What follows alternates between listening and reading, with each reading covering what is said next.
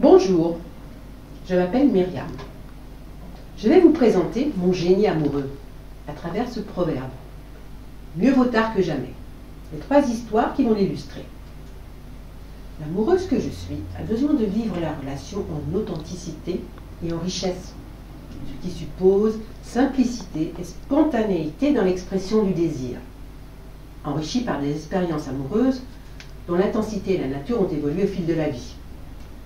Cela nécessite aussi une parole vivante et libérée pour que se mettent en œuvre les ajustements nécessaires à toute relation amoureuse qui veut perdurer. Je puise mon inspiration auprès de Marie-Madeleine, qui m'interpelle à travers la symbolique qu'elle représente, par sa présence raffinée, sa sensualité, sa sensibilité, sa curiosité du savoir et sa recherche de l'accomplissement par l'amour. Sa relation au divin est le reflet du divin en elle. En effet, pour moi, la relation amoureuse est dans la dimension du sacré. Ma première histoire est celle de ma naissance.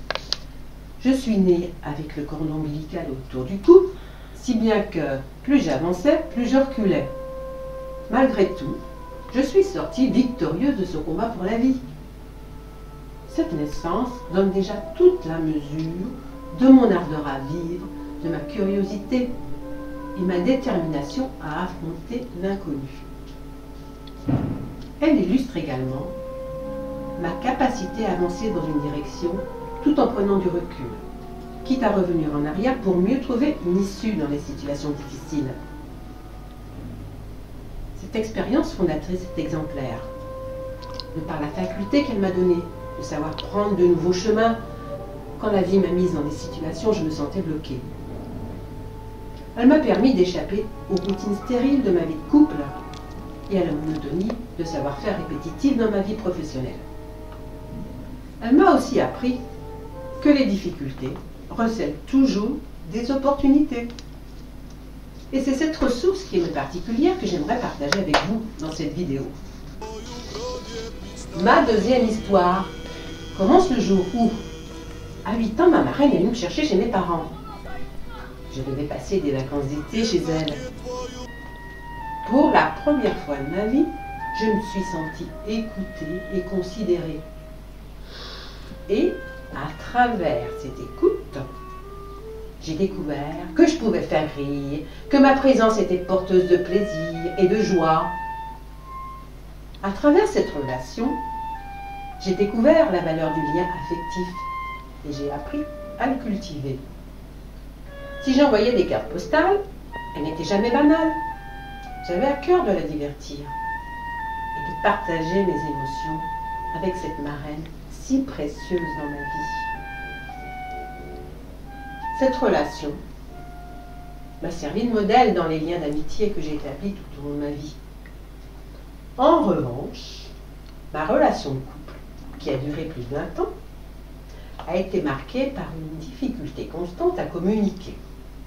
Si bien que j'ai trouvé mon épanouissement dans l'éducation de mes enfants, dans des amitiés et dans des activités de développement personnel menées en dehors de mon couple.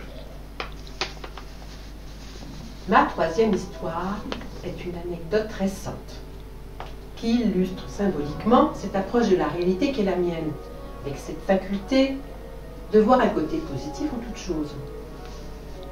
C'était à l'occasion du passage à la nouvelle année. J'ai participé avec des amis à une cérémonie des vœux où chacun était invité à exprimer ses souhaits pour l'année à venir. J'ai demandé à l'univers de pourvoir à la réorganisation de ma maison, afin qu'elle soit plus accueillante, plus ouverte, pour rompre avec mon ancienne façon de vivre avec mon défunt compagnon.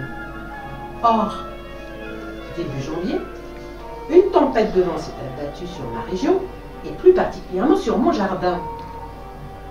Et tout à coup, un lierre imposant qui formait une belle arche au-dessus de mon entrée, mais en faisant toutefois aussi beaucoup d'ombre, s'est fendu en deux dans un grand craquement. J'aurais pu être en colère et triste de voir ce bel arbre à moitié à terre. Ce n'est pas le cas. J'ai jubilé.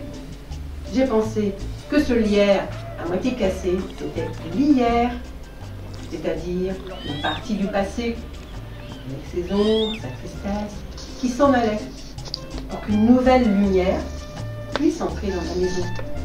Car mieux vaut tard que jamais plus. Je sens que cet événement est un signe qui m'invite à sortir des sentiers battus et à m'écarter de mes anciens schémas, à mettre en œuvre ma capacité de renaissance en faisant feu de tout bois.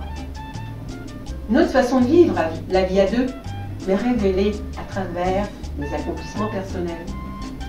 Moi, qui longtemps ai cru que la vie de couple était faite de deux vies parallèles avec de rares moments en commun, j'ai envie maintenant de jouir de la relation à deux, car je suis enfin convaincue que la vie de couple ouvre une voie nouvelle qui nourrit et embellit le chemin de chacun.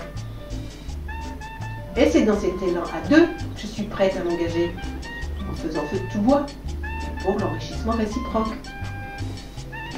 Telle est l'expression de mon génie amoureux, car mieux vaut tard que jamais. Et d'ailleurs, je vous invite comme moi à prendre du recul, à vous ressourcer dans vos vraies richesses authentiques, à affronter vos peurs avec détermination pour traverser les obstacles qui vous séparent du véritable accomplissement dans la vie à deux. En effet, de vraies richesses sont au cœur de la relation de couple, quand elle fait feu de tout bois. Elle pétille, nourrie par les expériences, la créativité et la tolérance. La maturité lui donne le goût d'un fruit savoureux qui a pris son temps pour mûrir à travers les saisons. Voilà pourquoi je vous invite à vivre la force et l'abondance de la relation amoureuse. À bientôt!